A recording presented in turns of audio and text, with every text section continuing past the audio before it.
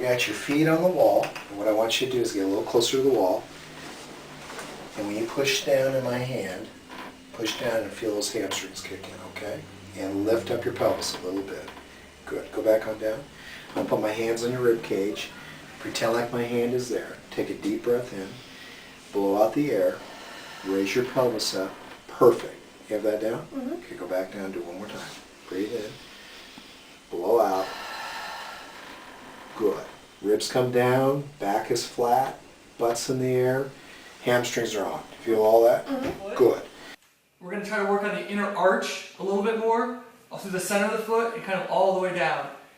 You spend, I would say, about 2 minutes on this. And you're going to work your calf 2 different ways. You can stack your leg and you can roll your calf up and down, rolling your calf, and you can also shift side to side. So I would roll some, and then I would shift side to side. Start broadening. Again, with the full roll, we're going to get in and up high in just different spots. Again, broad all the way up and down. Keep that like straight up and down. Only go as far as you go. If you only get to here, that's fine.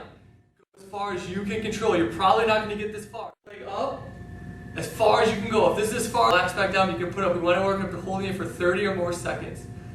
She's going to lift her leg as high as she can. If that's as high as she can go now, she's going to use the band and pull it just a little bit farther. Feeling a slight stretch back here. Hold it for about 2 seconds and then go back down. So up. When she can't go any farther, she's going to pull it and stretch it a little bit farther. If we feel a slight stretch here and that's what we can handle, we're going to put all the tension in the hand. So now we're pulling it. We're supporting ourselves up, trying to get equal to that height, hold for just a second, and controlling back down. It's important that the toes stay straight up. We don't want the foot falling out. Controlling here, lift up, hold, and back down. We're going to do this 10 times on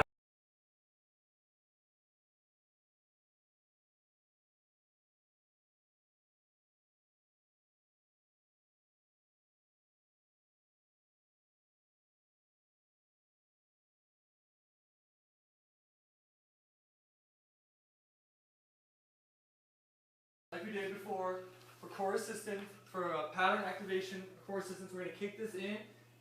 From this position now, we're going to knee in. So first pattern position has core or pattern assistance, and we're just going to stay tight through the center, try to stay neutral, punch in and control back. Get your breath, reset, pull up, go back.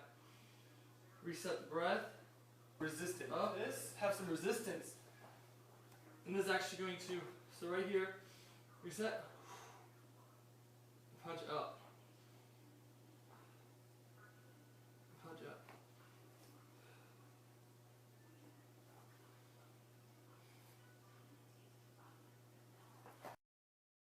The first thing we're going to do again is give some pattern assistance, causing a little core activation. Once we've gone pattern assistance for core activation, now we're going to set the core and just go hip extension. We want to stay neutral through the spine. We don't want to torque. Set the core, glute, hip extension, reset. So it's equally important. Look at the position I'm at right here. Flip me over on my back now. Straighten that leg out. I'm at hip extension with this leg straight at 90 degrees. That's the position we want to be able to finish basically in the straight leg raise and the one leg RDL. So this is kind of my finisher and my one leg RDL. The next step in that is taking away the pattern assistance and just having the core activate itself. So now once we're here, we want to have the core be able to stabilize itself.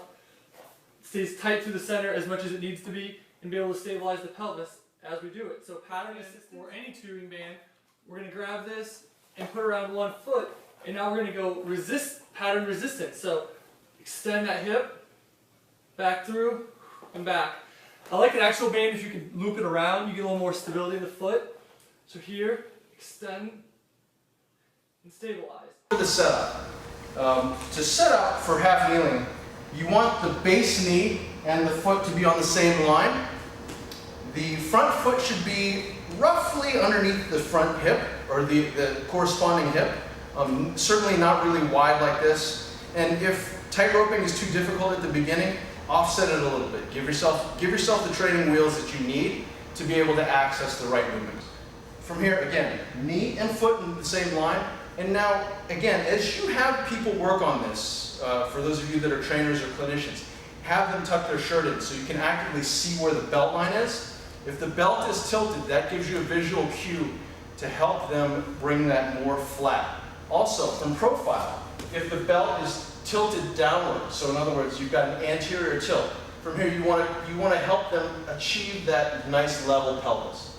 So whether it's viewing it from profile or viewing it front back sagittally, you want to be able to make sure that there's not like a kick out of the hip, but a nice flat line. So from here, make sure that there's no penguining, that the arms aren't out here like they're about to draw a gun on you. Nice and relaxed, spine is tall, they're based out on the root knee.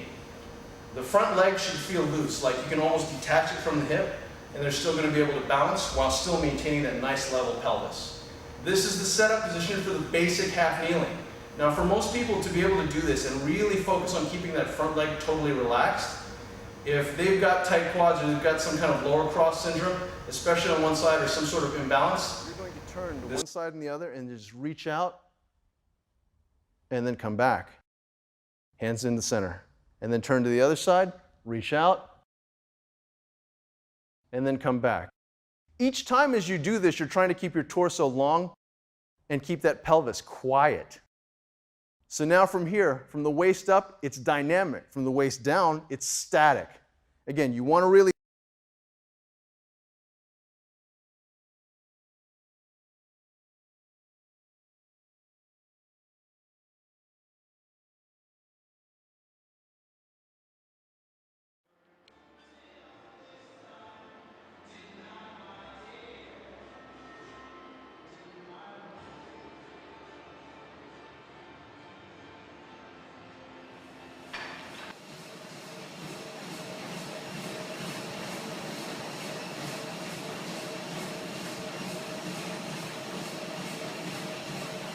broomstick, whatever it is, no weight. I want you to put it on your butt, your upper back, and the top of your head. And none of those points should leave the bar. As you stand here, your feet are going to be right under your hips, not too wide. Slight bend in the knee, about the same distance you'd have at the bottom of the pedal stroke. From here, I want you to just pivot at the hips. Pivot. What I don't want to see is that this comes off, or that the head comes forward. Everything stays straight, and ideally you would get to about 90 degrees. With everything straight and up. This is a really good one to lengthen and strengthen your hamstrings, or maintain them if they are good right now. All right? So about 6 to 10 of those as well. Nice and strong and straight. 1 foot. Get tall, stack your head and neck, and then keep a straight line from your head to your shoulder, to your hip, to your heel, and then reaching forward as if you're going to deadlift the belt. Now just keep your chest flush towards the floor, and then come on up. Notice now, I'm going to do that same thing, but I want you to pay a little bit more attention to my back foot. Notice that as I do this, my back foot doesn't turn outward. So I'm going to start here. This is the right way.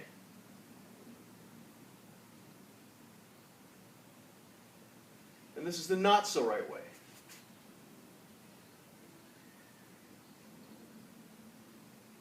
You see the difference with that rotation. Now, when you tall spine, down, don't let the shoulder come unpacked. Stay nice and flat.